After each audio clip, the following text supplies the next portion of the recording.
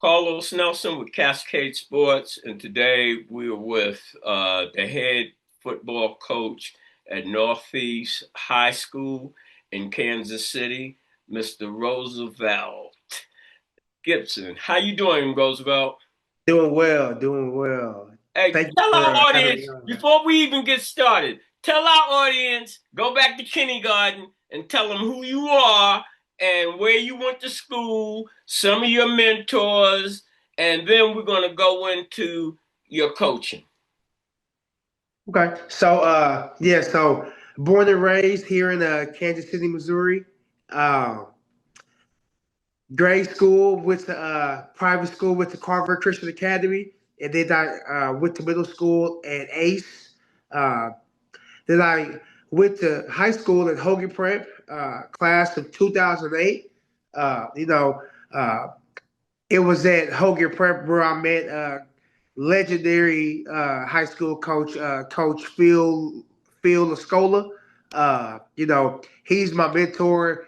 He's like a second father to me. At that time, when I was going into high school, I had just lost my father, and I didn't know that, at 14, when I was showing up to, football practice my freshman year, that like this big Italian man was going to be so special to me, but he ended up being like, a big impact in my life to where he's the godfather of my children now. So it's just, it's funny how things happen and the impacts that like coaches really have, and that's part of the reason why I'm in coaching. So, but yeah. Yeah. Hey, let's Cascade Sports takes its hat off to that man because I followed your career and I followed him for so long. And not to be bring race or anything, you said Italian man, boy, hasn't he helped a lot of people, black kids that have come through Hogan Prep and played sports. We want to acknowledge that here at Cascade Sports. So now let's go into when you started coaching as an assistant coach and what your responsibilities were then, and let's walk on into your head coaching.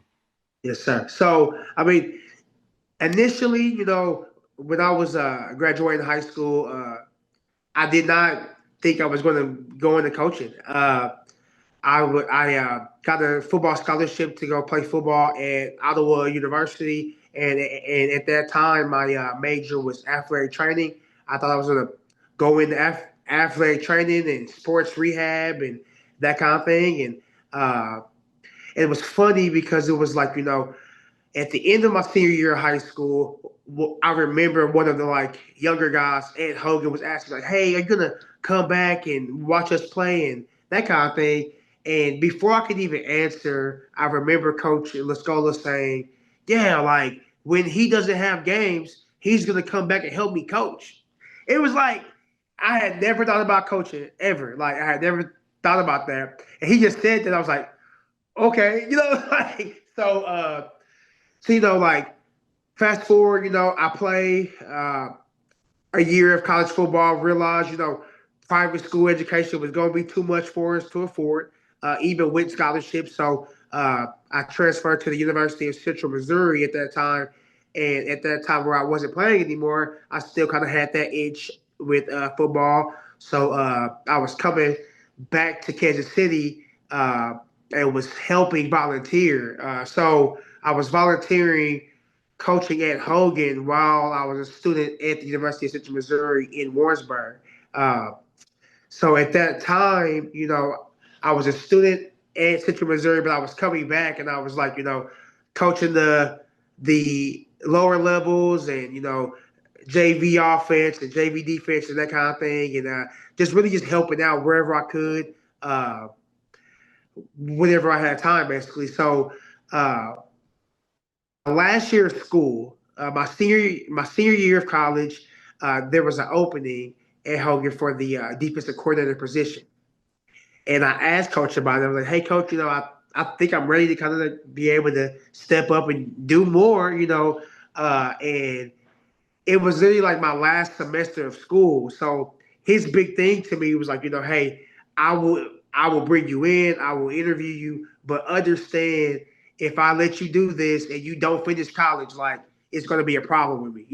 So he never wanted me to put that over what I was gonna be in the future. So and I will say like that it's funny because I was so busy that semester because I was living in Warrensburg, uh, but I had class till 1, and I would drive back. It had to be back in Hogan by 3 for practice, but my apartment was in Warrensburg, so I drove back to Warrensburg like after practice. So it was like I was on 50 highway, a lot. Had a full course load. Uh, Hey Student man, that teaching, is. all that. Hold up, bro. Let me interrupt you. When you said you was, because when I used to come up to Hogan to interview the players and I would have had no idea that you were still in school. Yeah, Uh, boy. yeah. So at that time, I was full time coaching, so I was getting a stipend there. So like that was like just enough to like put gas in my car to make it back to Warrensburg every day, right? So I was uh full time coaching, full time student. First year as a defensive coordinator, playing teams like Center and O'Hara. So it was a busy schedule.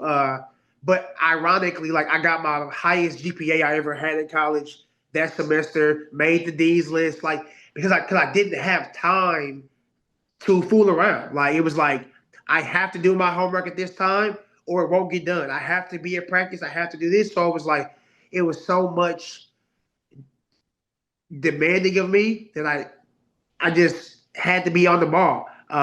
So that was my real intro into coaching was my first year. And that was in 2012. So I became a full time defensive coordinator in 2012. Uh, and we had some good players on those teams that made it easy. We had Anthony Sherrills, who went off to the University of Missouri. Like we had some players who made me look good. Like honestly, so that allowed me to be able to learn and make the mistakes I was going to make because I had some kids who could cover for me. Like just being honest. So fast forward, I coach and I teach. I was coaching and teaching at Hogan from 2012. I became a full time teacher at Hogan in 2013. So coaching at Hogan from 2012 up to 2022 was my last season at Hogan. And then these last 2 years, I was coaching at Park Hill South as I was the assistant head coach and the defensive coordinator at Park Hill South High School last year. So and the reason why I kind of made that transition to kind of make the choice to branch off and see what other opportunities was because I've always wanted to be a head coach, and over the last 5 years, I had 10 head coaching interviews. And through that time, I had 9 no's. So I wanted to branch off, put some more, diverse experiences on my resume to make me, because I felt like I was getting boxed in as just a city coach. And I knew I could coach any kid. Like I feel like coaches who coach in the city can coach anybody because we deal with so much more than just the sport of it. It's super complex when you coach in the hood, baby. Because we deal with so much more. You got It's talent. You got more talent in that circumstances, but there's a bunch of financial, oh bunch yeah, of family, for uh, sure. a bunch of really giving the kid a sense of confidence. They're going through all of these things, and as a coach, you can make it much easier.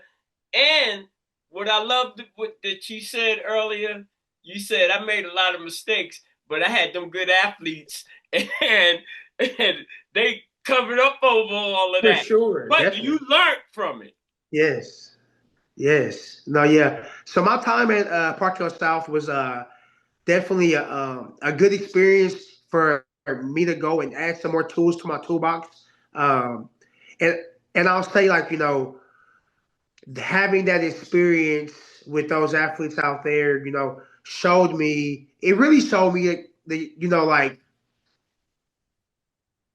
both sides of the spectrum, so that now that, I'm the head coach at Northeast High School, I know how to be able to bridge that gap between the city experience and the suburban experience. So, like, to the best of my ability, like, my biggest thing is I will provide, things for my athletes, that's probably unusual for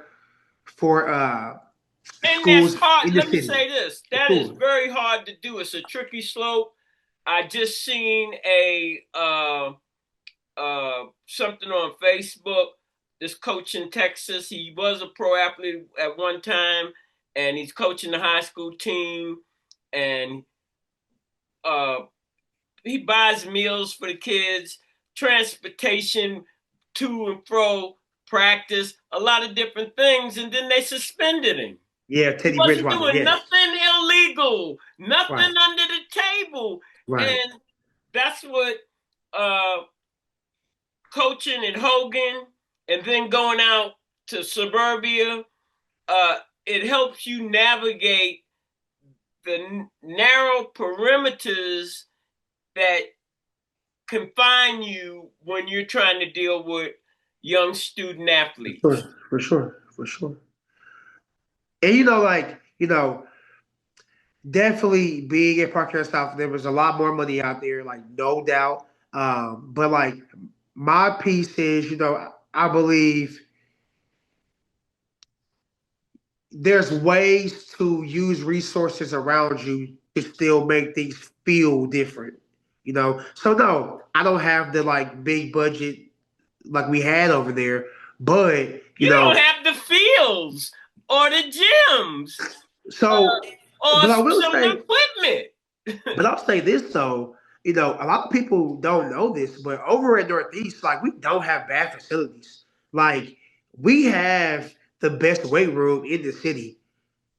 No, Like, I'm not saying that. yeah, What I'm saying is most of these in suburban comparison, schools, they in have two, comparison, three gyms, for sure, yes and sir. the daggone soccer team or the volleyball or the Have basketball their own or facilities, the yeah. cheerleading, uh, they might have two or three fields, the different ones that I cover, uh, where we're consolidated. But I think uh, I use it.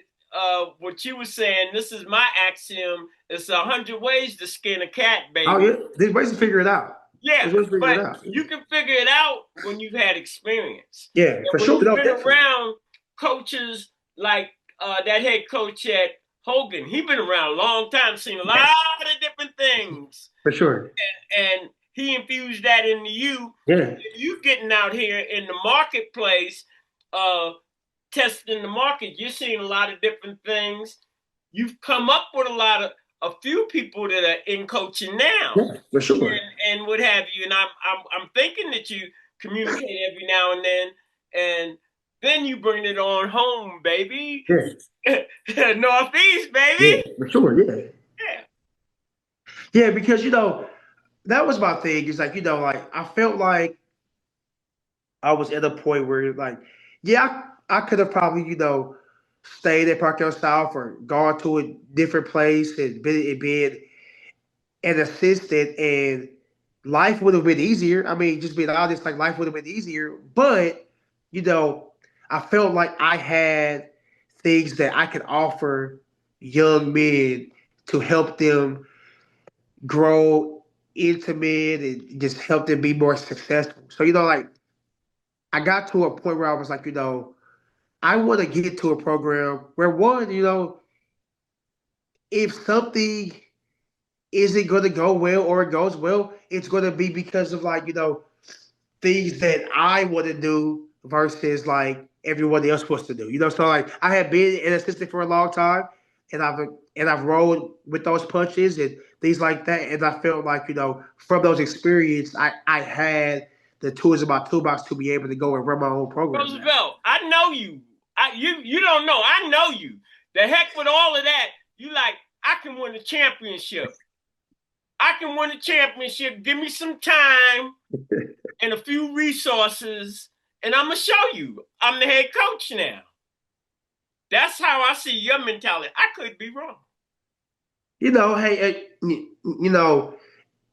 anything worth having is worth that process and it's worth the work. I'm not sitting here saying that I know everything but I am saying that like there's few people who will outwork me. There's few people who have the passion that I have for kids, uh, and there's few people who just have the mentality of like find a way or make one. I don't Someone needs care to be said, coach. Find a way. If or there's make no one. way, now you make a way. Gotta make one because I don't care about obstacles being my way. I don't care about oh, pour this and pour that. We don't have that. We're in the city. No, like how can I find a way to provide that?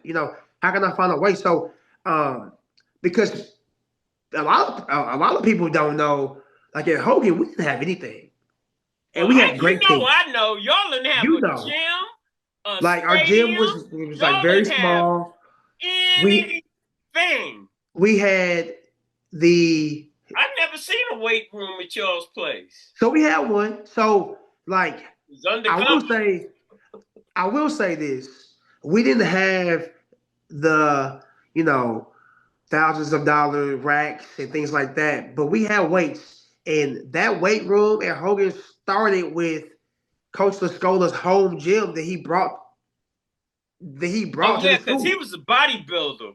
So that weight room started with him bringing his like actual home gym to the school back in the mid 90s, and that evolved into having more like benches and squat racks. But you ask anybody, like we never had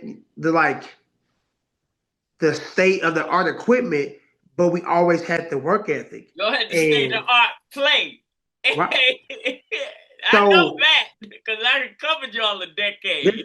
yeah. So And y'all that's were the whole up and thing. down a little bit, but y'all never just felt like Right, some of these right. programs. Yeah. So No, like now, he had 20. Now it's a little off right now. He's trying to like get it back going, but he had, like 26 straight winning seasons. So it's like like, I said, I know yeah, yeah, you can't win forever, yeah, right. but uh, and the thing about that program, it turned out good students for some of the students Oh, for that sure. because we have other shows and I'm from Kansas City. Some of them guys that gave them their first look at even how to be a young man Yeah, and definitely. how to do certain things. Let's get busy before time runs out. Yes, Tell sir. our audience a little bit about what you want to do in this upcoming season and what you'd like the local audience to do in the way of support. Gotcha. Okay. So the big thing for year one Northeast football is like our big thing is we are establishing culture.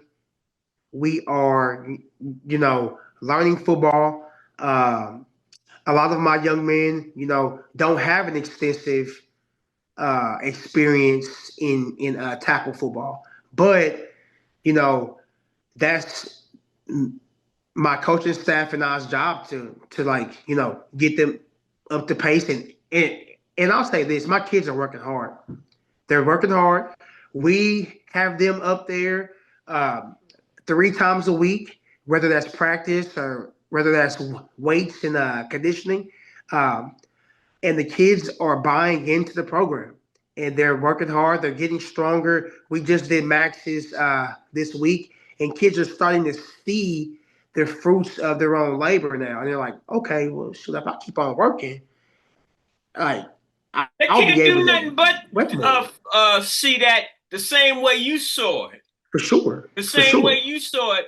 And when coach didn't told you about, if I give you this job, you got to finish, because a lot of times Yes. the money override. I got this little stipend now, Right. Right.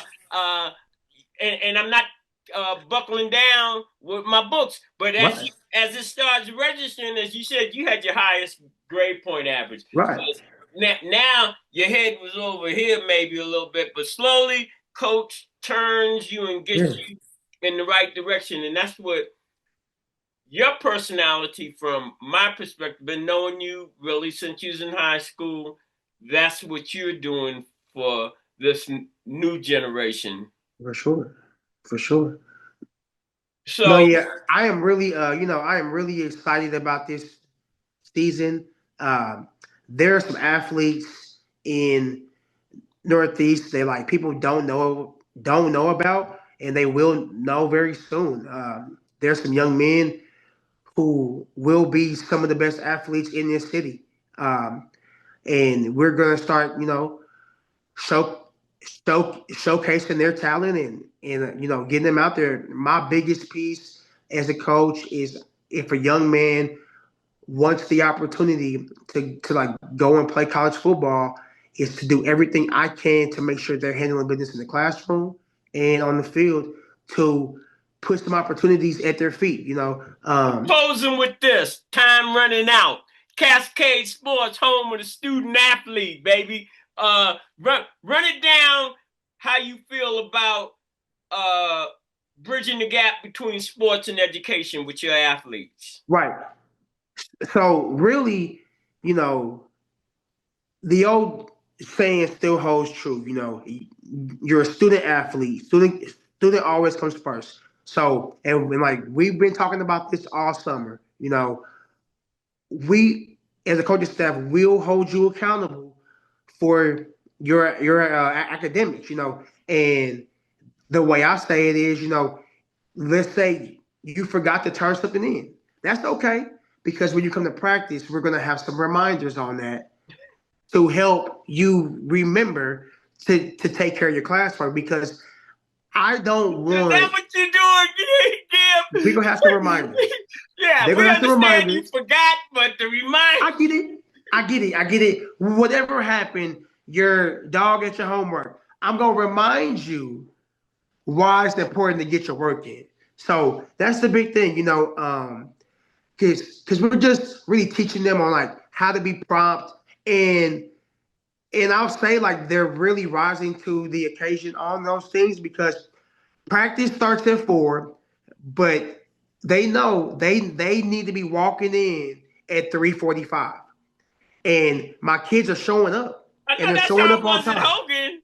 Huh? They practice start whatever time. You really need to be there about a half an hour early if you're Yes, just for walking sure. around and getting yourself together, That's making sure that you got your equipment. If there's some help that for possibly sure. needed in organizing before y'all got out on the field, like y'all be coming out of that gym or wherever. Right. That might have been your locker room when I Yes. Huh? and practice wouldn't start, but the people as they there, bam, 4 o'clock practice starting. Right. Right. Don't want to Yep. hear why you coming late. For sure. No. So So, you know, I just feel like, being consistent and holding the young men accountable will will like pay off. And I just one feel of the like keys to your consistent. success, uh, the road to success is always under construction with you, with me, Yeah. and so forth. So, what we would like to say in closing For all you chumps out there that think Cascade Sports is soft, we be blowing through the hole, baby. We be blowing through that hole. Our guards be opening up that hole. We be blowing through. And we be presenting you what you want to see on Cascade Sports. Yes, sir. KC's local. This program is brought to you by the City of Fountains Coaches Association.